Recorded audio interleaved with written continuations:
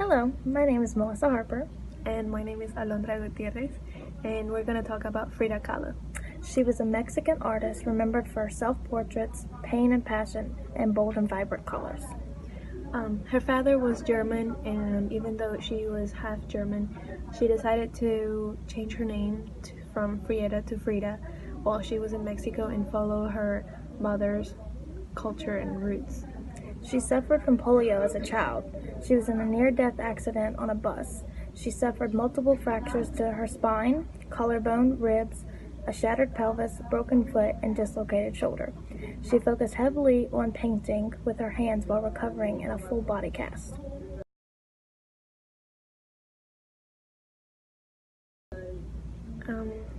This is important to notice about her life because as other artists such as Vincent van Gogh and Michelangelo, she dramatized her life in her work, and that's what made her popular, such as all the physical suffering, as Melissa said, and the emotional excess that she had over her life with her husband and many affairs she had.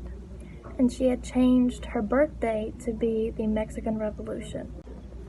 She did not sell many paintings in her life.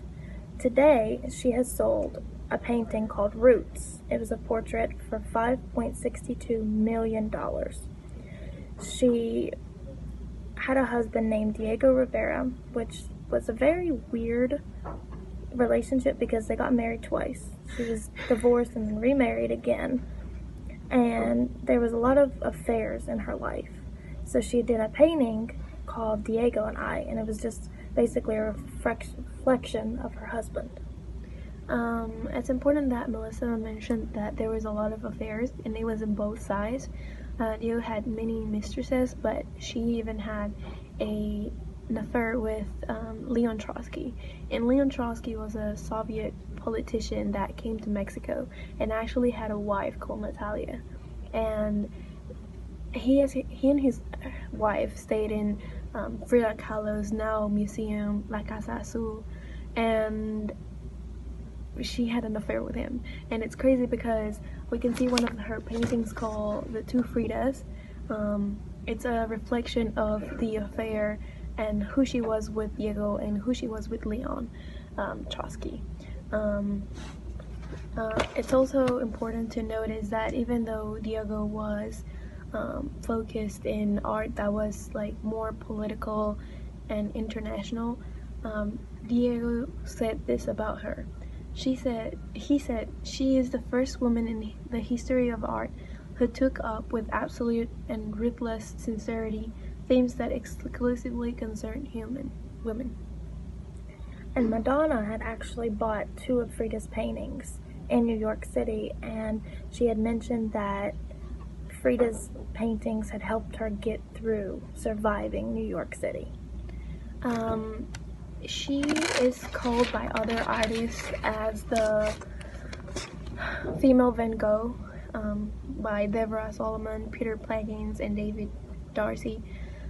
They think of her as the embodiment of the Indian culture, and this is important to notice because in like the 1950s and 1960s there was this ideology called Mexicanidad, and that basically meant that a lot of intellectuals and artists recognized that the Indian and folk heritage of Mexico was and is its true cultural patrimony. And a lot of artists, just like Carlos Fuentes and others, wrote novels about her, saying how she was the revival of the Indian culture.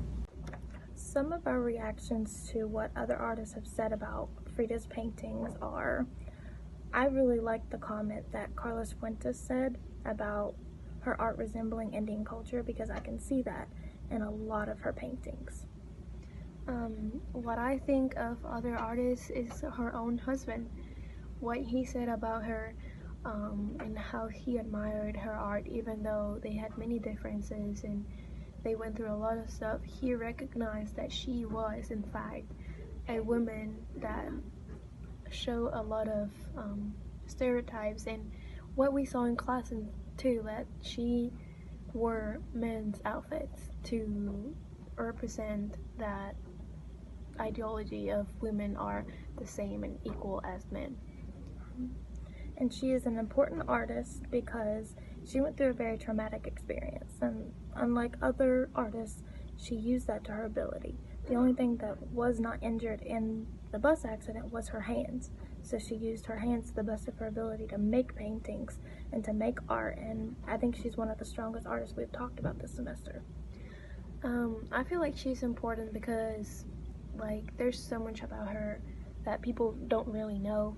And for example, like Melissa said, during her life she didn't sell many paintings, but after that everyone recognized her art because there was so much more to it than just self-portraits. And even though she did herself like plenty of times, 55. she showed in her face, she showed what she was going through. And even though you're not gonna believe this, she also appeared in Elle magazine like about in May 1989, and also appeared in Vogue in 1990.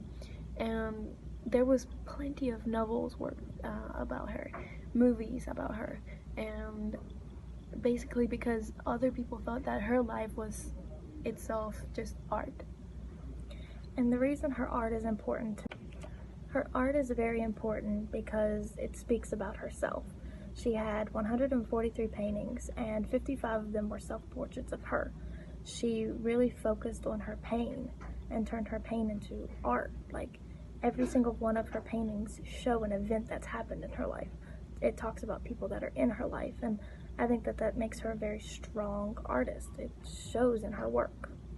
For me, the personal opinion I have about her is, like, I admire her because she was a Mexican artist, and she, even though her husband focused in other subjects, she focused on what was being a Mexican.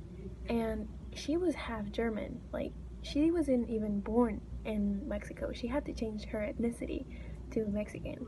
And the fact that she changed her birthday to be the same as the Mexican Revolution is just crazy.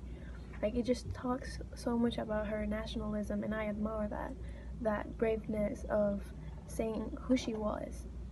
And like Melissa said, I just admire the fact that over the therapy operation she had and all the physical suffering she went through in her life, like, just made her how famous she is right now.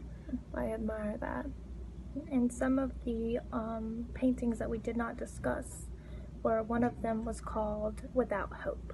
And this painting was basically made to talk about how her doctors forced so many medications and so many prescriptions onto her that she just didn't have any hope anymore. The more medicine she would take, the more she felt like she was broken. And then there was another one called The Broken Column, and it was a painting based on her spinal surgery that she had. She went through a lot of pain, and she decided to draw about it. She also had this wounded deer. It's basically this young deer with her face in it that shows how much the deer was wounded, and that just tells us how much she was actually struggling, because there were times she could not stand up from the bed she was in. And I remember this from when I was a child, because we used to go to her museum constantly.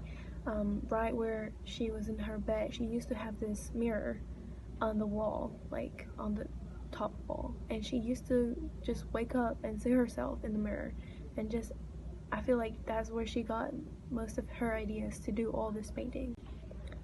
In conclusion, I feel that we picked a very good artist because I can relate to her a lot with the struggles that she did have in life, and she grew stronger from them. This was our project for art history, and we hope you like it.